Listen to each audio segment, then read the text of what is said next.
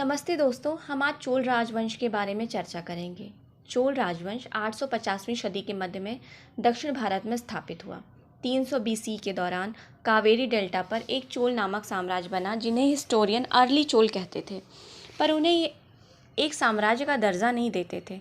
पर आज हम उनके बारे में नहीं, बल्कि इम्पीरियल चोल के बारे में बात करने जा रहे हैं।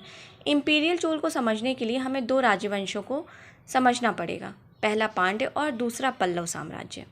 पल्लव साम्राज्य दक्षिण भारत में था और 4वीं शताब्दी में स्थापित किया गया, जिसकी स्थापना सिम्हा-विष्णु ने की थी।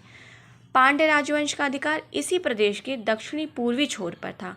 पांड्यों की राजधानी का नाम मदुरा उत्तर भारत स्थित मथुरा के अनुकरण पर था। पांड्यों के साथ इनके संबंध की परंपरा की ओर संकेत भी करता है। इंपीरियल चोल की शुरुआत 850 बीसीसी में हुई, जब यह दोनों प्रदेश एक दूसरे से लड़ रहे थे।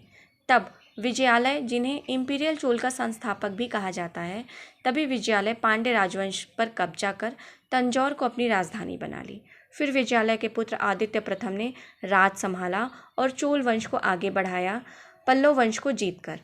इस राजवंश में दो प्रमुख राजा हुए, राजा प्रथम और राजेंद्र चोल। पहले राजा प्रथम की बात करते हैं। उन्होंने 985 से 1014 बीसी तक शासन किया।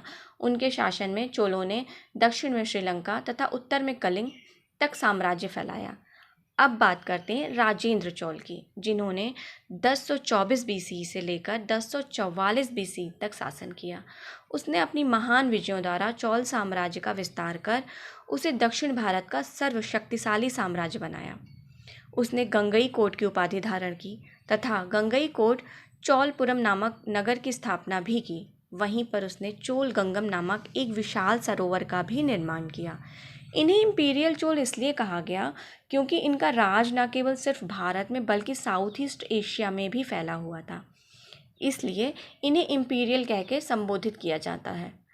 उनके राजवंश में न केवल नौसेना का विकास हुआ, वास्तुकला का भी विकास हुआ। उदाहरण के लिए तंजावुर का वृद्धेश्वर मंदिर और यूनेस्को द्वारा मान्यता प्राप्त मंदिर द ग्रेट लिविंग चोल। मुझे आशा है कि आपको प्रशासनिक महत्वपूर्ण काल की मेरी यह जानकारी की प्रस्तुति पसंद आई होगी। धन्यवाद।